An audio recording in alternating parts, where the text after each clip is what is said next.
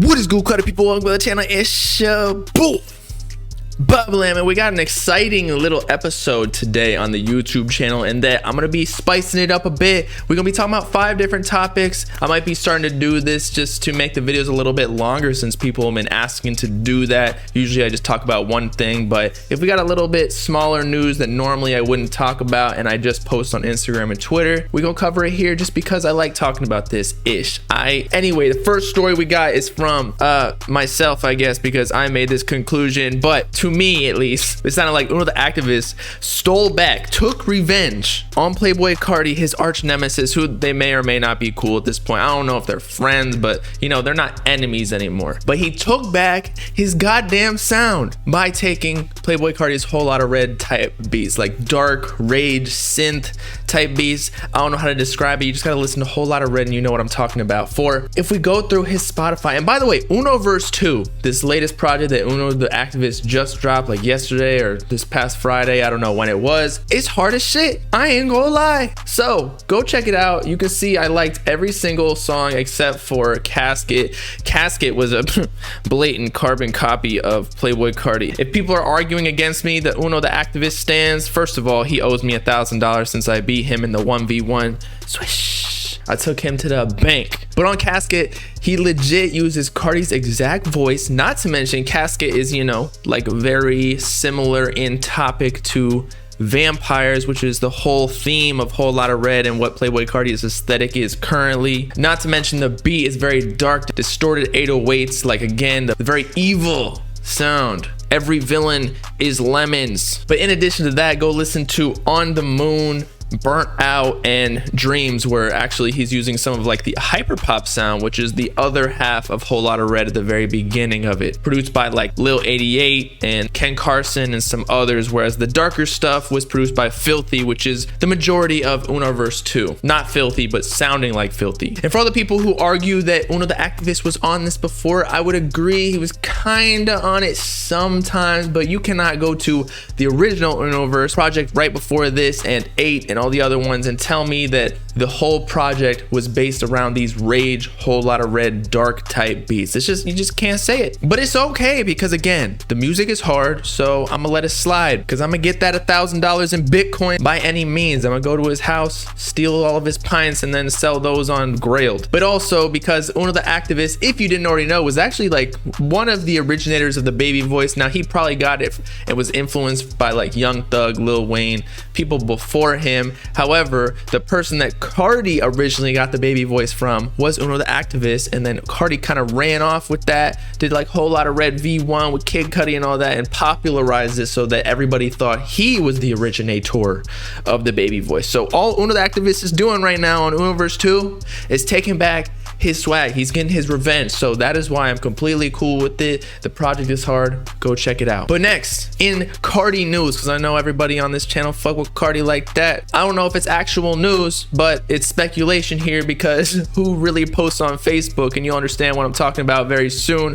For a club of some sort, I don't know what club it is because they're speaking in Spanish, so maybe it's like overseas. I know Pierre Bourne is, he typically performs overseas for some reason. They mess with him out there, but in America they ain't giving him his respect as an artist, only as a producer. So all the Europeans out there, they're like, hey Pierre, come out here. But in a Facebook post, this club may have given us some exclusive information, but it also could be complete cap, because let's be real, what club promoter actually knows anything about what music is dropping, since Pierre, Carti, Uzi, all of them are super secretive about their information of their albums that are dropping soon. By the way, T-Lot 5 I believe is dropping June 11th, and then a feature with Uzi is dropping on June 9th, like 2 days before. But this club said Pierre Bourne's new album T-Lot 5, The Life of Pierre 5, will be out on June 11th. The album will be massive, as it'll include 24 tracks with some featurings from A$AP Rocky, Playboi Carti on 3 tracks, emphasis on that,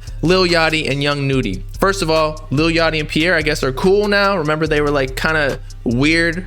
That's what Lil Yachty stated in an interview. He got Young Nudy, his homie. A$AP Rocky was not expecting that. But where is the mention of Uzi, which kind of tells me this could be cap, because Pierre Bourne in an interview himself stated that Uzi, Carti, and Shark, one of his new Sauce Boy artists, is on T-Lot 5 with no mention of Yachty, Nudie, or ASAP Rocky, but that could still happen.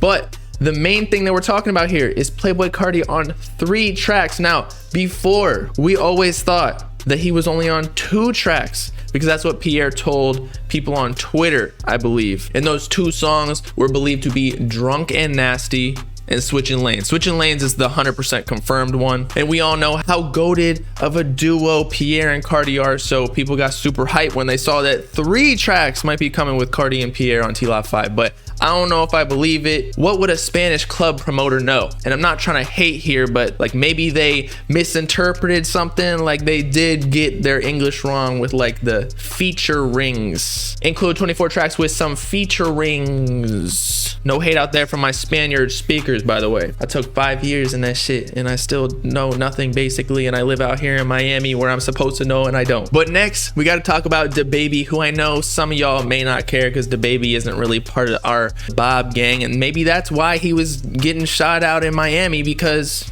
he's in my city. He can't come in here without checking up with me. But Dababy was actually getting investigated again for another shooting. I feel like this dude can never stay out of trouble. He's got to hire goons that, you know, play it by the books. He got to hire a bunch of accountants as security guards, not no goons who are going to be shooting around at the first time they hear like a bottle cap on a Coke bottle pop open, because he gets arrested so many times and it's always on footage. But anyway, TMZ stated explicitly earlier yesterday, Dababy is being questioned by Miami police following a shooting late Monday night that left 2 people injured, 1 critically.